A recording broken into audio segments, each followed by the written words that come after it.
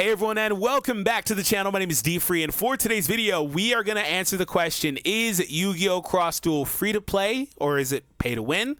Is it somewhere in the middle? We're going to talk about all of that in today's video. If this is your first time here on the channel, we'd love to have you stick around for more content. So be sure to hit that notification bell and subscribe so you don't miss anything we upload here on the channel. We're going to have more Yu-Gi-Oh! Cross Duel videos and guides going up soon. There are also other ones that we've done, like what is the best ace monster. I've done a beginner guide, things like that. I've had access to the game for almost for about a month and a half because it was in soft launch in other parts of the world. So I have a bit of experience playing with the game. So the general thing I'm going to answer is the game pay to win? Yeah, it is. Now, the caveat to that is that there's some gray area there. It's how pay to win is the game. That's the real important question, because it doesn't matter what game it is, how much you love it, and I'm sorry if this offends you, but whatever game it is on the market, their end goal is to try to get revenue, and all the gacha games are, in that sense, pay to win. There might be different incentives, or there's a lot of different caveats and ways and shapes that they vary that makes it to where you maybe want to spend more often or less likely. Whatever the case is, there's a lot of gray area in is a game pay to win. You can't just simply say, yeah, you know, there's a lot of gray area. So what we're going to do is we're going to take a look at the gachas. We're going to talk about the two different currencies. We're going to talk about the incentives on the gachas, and then we're going to wrap up by talking about the decks and the way that decks themselves can be pay to win. Okay, so let's go ahead and start that off. So first and foremost, I'm in California. This is how the exchange rate is for me with the cost of currency, first and foremost. Next, we're going to move on. If you were to go over to the gachas, you'll see several things. First and foremost, I want to start off by showing you guys the actual pull rates. Okay, so here's the actual pull rate. Wrong buttons. Important notes. No, where's the? Okay, here it is.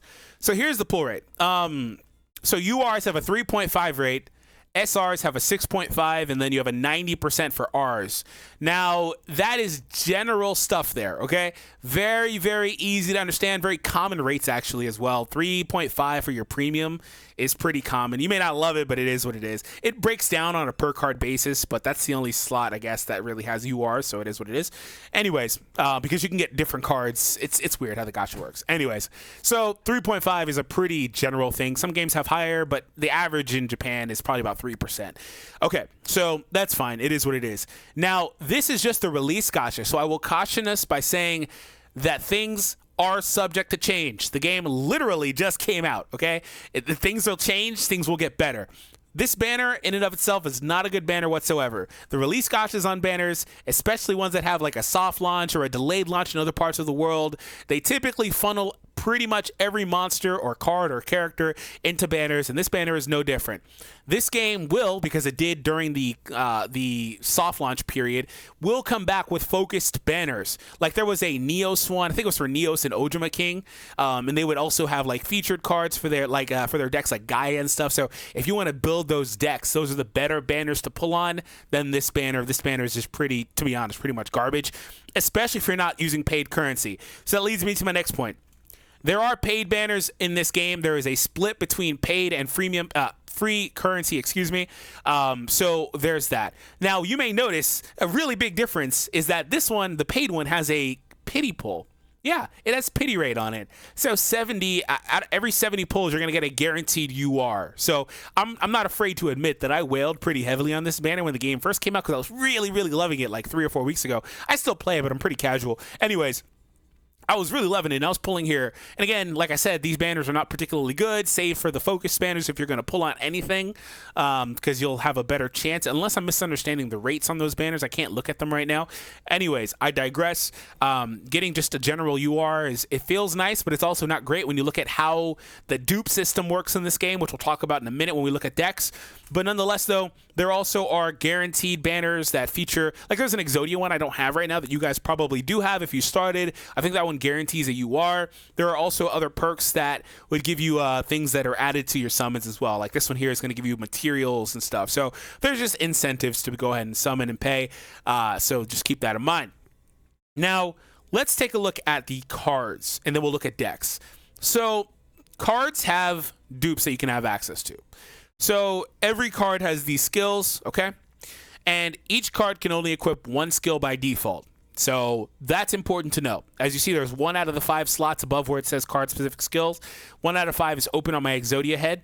The thing about this isn't a huge deal for PvP. Okay, so if you're looking for this as a PvP based game, most of the time, pretty much every monster in your deck, except for your ace monster, is only going to have 1 skill. So whatever you put here, there is no competitive disadvantage to not having dupes in your cards for PvP duels. Hear me.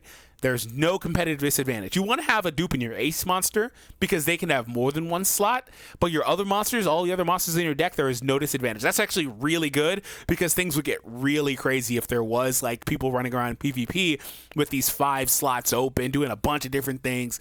Now that is relevant in other modes. It's not a huge deal, you know, in raids because those people are working alongside you. We need to see what event duels mean. They didn't run any of those. It's not a big deal in obviously PvE content, because you can use all these other skills. It's not a big deal. Who cares, right?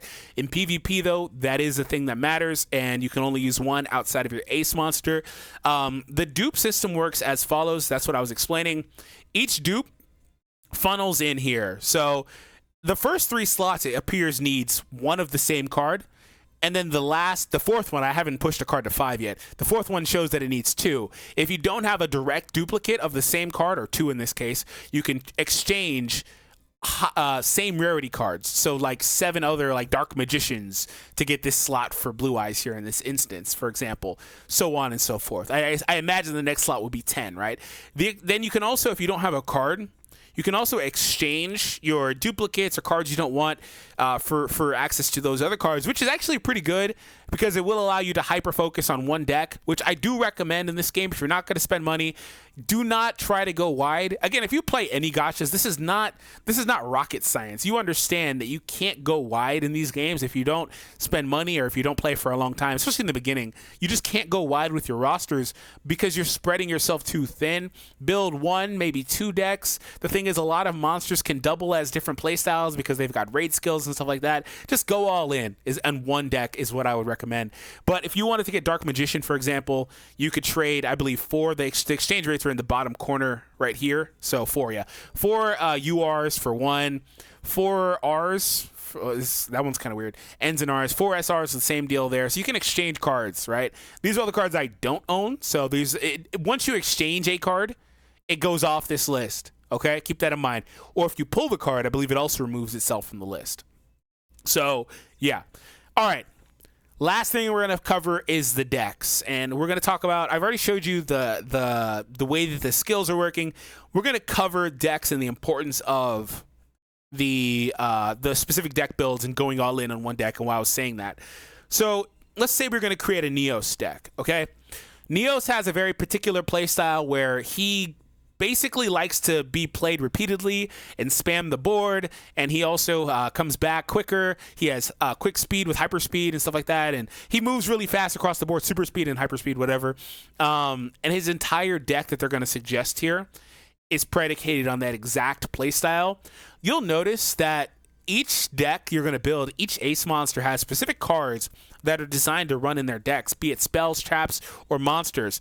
So Gaia here is one of the best possible cards you can have in a deck with Neos because it lends completely into that playstyle. When he's summoned, he gives all of your monsters super speed, which increases their movement across the board and then the lanes by 50%. That's pretty crazy. Especially if they already have it, it turns to hyper speed, which is 100%. They move so fast, you'll go all the way across. It's pretty crazy when you see it in action. And there's also cards like this. Select one monster, give it super speed. Also a card like this. If the monster has super speed, it gains extra attack, or an extra stack of super speed. It looks like select one monster, it gains. Yeah, if they already had super speed, they gives them another one, an extra attack. So there are cards that fit directly into these playstyles, and that's what's going to determine how pay to win the deck is as well, right? Let's take a look at one that I've invested a good bit in as well. So multi-strike is predicated on hitting directly and doing pierce damage as well. Just hitting the opponent directly is the most important thing. So the monsters in his deck are going to have access to extra attack. So all of your monsters with extra attack gain 500 more attack. What this is, he's like a mandatory card to put in your deck because the playstyle works too good alongside multi-strike, because multi-strike grants extra attack to all your monsters. So you can see what I'm saying, right? And then also you have things like double attack, which gives 2 extra attacks, which is 1,000 when dealing a direct attack. So double attack is a mandatory card. It's pretty crazy. And then Fairy Meteor Crush is pretty crazy in this deck too, because those turn to direct hits. It's not on this list for whatever reason, but it's not recommended. But yeah, I would put it in. So like each deck has that. So the most free-to-play friendly deck / leader would be Blue Eyes, right? Blue Eyes is a monster, unlike the other ones, that doesn't have a particular playstyle and doesn't need particular cards in his deck to be good. You obviously are going to want to put good cards in the deck, but he just comes in and he does his job easy, and he's a beat stick afterwards. Blue Eyes comes in and pops anything on the board. He just destroys a card. You see what I'm saying? The other cards have like particular things they want to do. They want to respawn. They want to stay out there as long as possible. Blue Eyes comes in and he just does his job, and then otherwise he's just a really strong monster otherwise.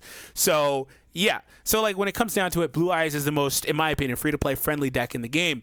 However, there are going to be other decks that are a lot more tough to build or expensive to build. I think that 7 Roads may be one that might be a little bit more. Yeah, and general rule of thumb is the more SRs in the deck, this one has 4. The more SRs in the deck, the harder it is to build that deck, because good luck getting the specific SRs unless you're going to exchange. And if you're going to exchange, you know how that is. We just kind of took a look at that just a moment ago.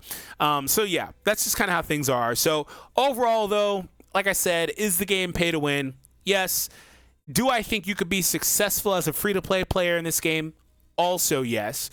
And I kind of just need to see, I think we all kind of just need to see how the game is going forward and how things age overall. But all that stuff considered, let me know what you guys think. Hope you all enjoyed the video. If you did, hit the thumbs up and subscribe.